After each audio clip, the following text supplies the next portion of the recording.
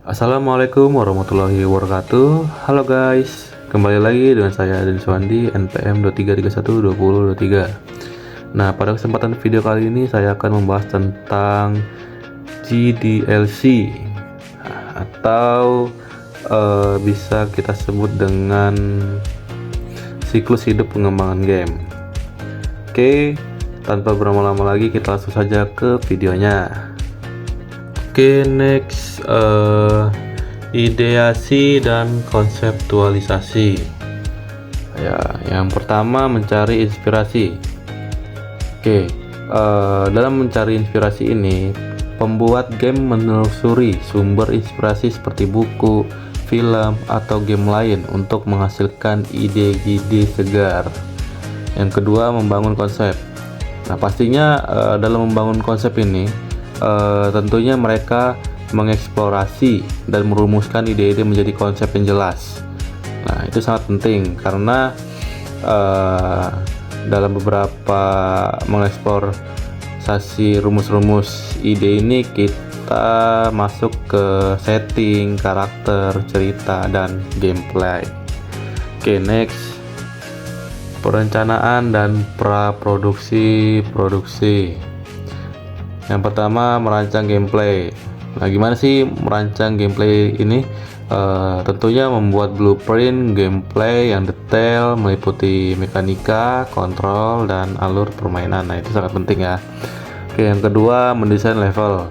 Nah, dalam mendesain level ini dapat menentukan level-level permainan, termasuk ukuran, tantangan, dan elemen visual. Oke, yang terakhir, membuat prototype. Nah, ini juga sangat penting dalam perencanaannya karena dalam prototype ini bisa kita membuat versi dasar game untuk pengujian awal dan perbaikan sebelum pengembangan penuh.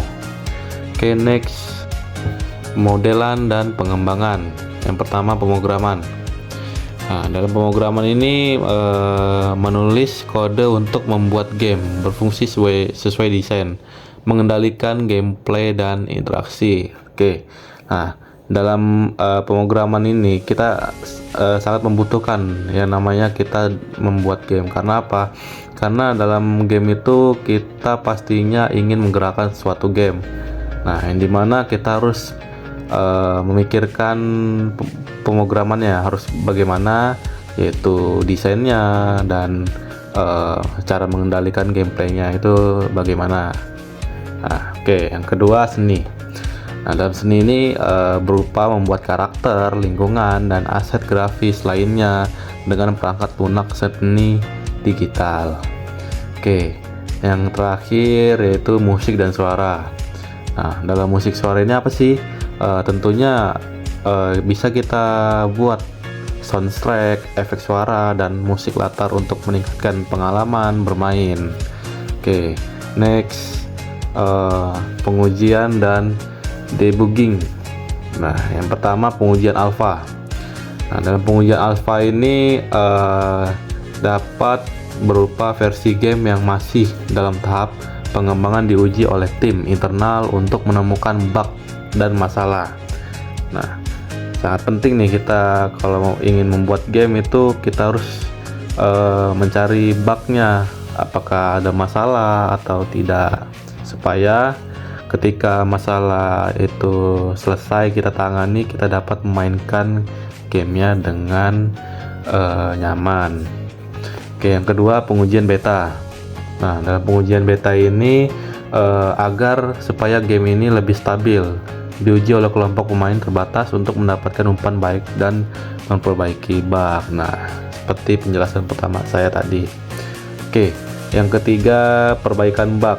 Nah, dalam perbaikan bug ini tentunya tim pengembang dapat memperbaiki bug dan masalah yang ditemukan selama pengujian untuk meningkatkan kualitas game. Nah, oke, itulah beberapa pengujian dan debugging.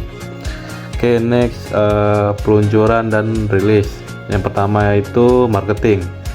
Dalam marketing juga kita bisa mempromosikan game melalui berbagai saluran seperti media sosial, situs web, dan iklan.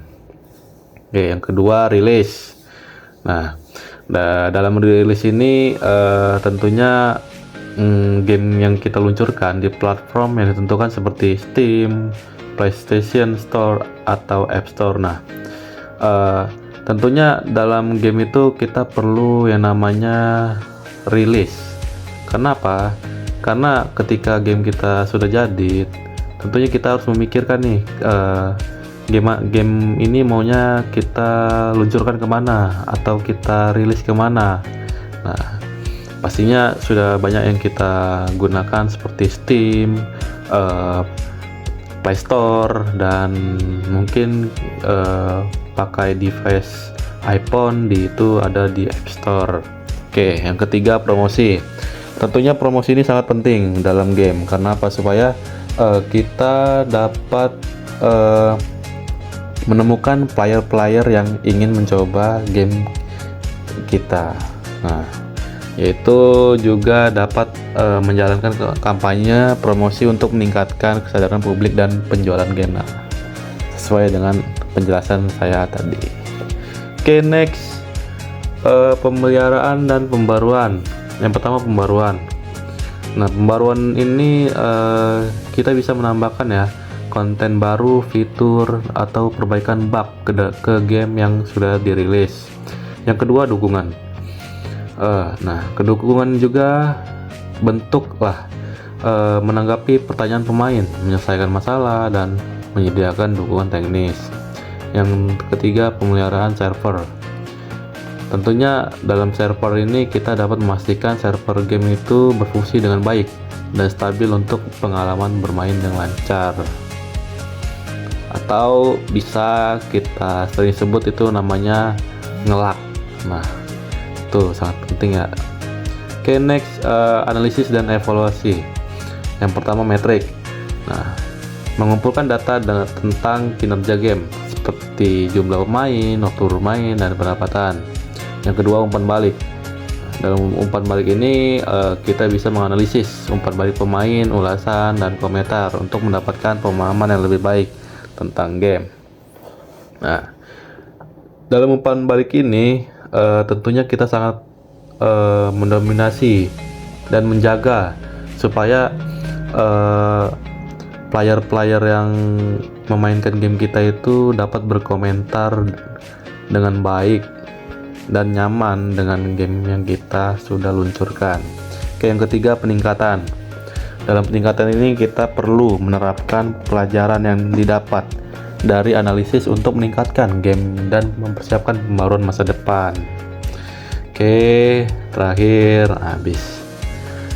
Oke, baik, terima kasih yang sudah menonton video ini. Semoga bermanfaat dan berguna bagi semuanya. Jika ada salah kata saya dalam menyampaikan dan kurang jelas, mohon dimaafkan. Saya akhiri. Wassalamualaikum warahmatullahi wabarakatuh.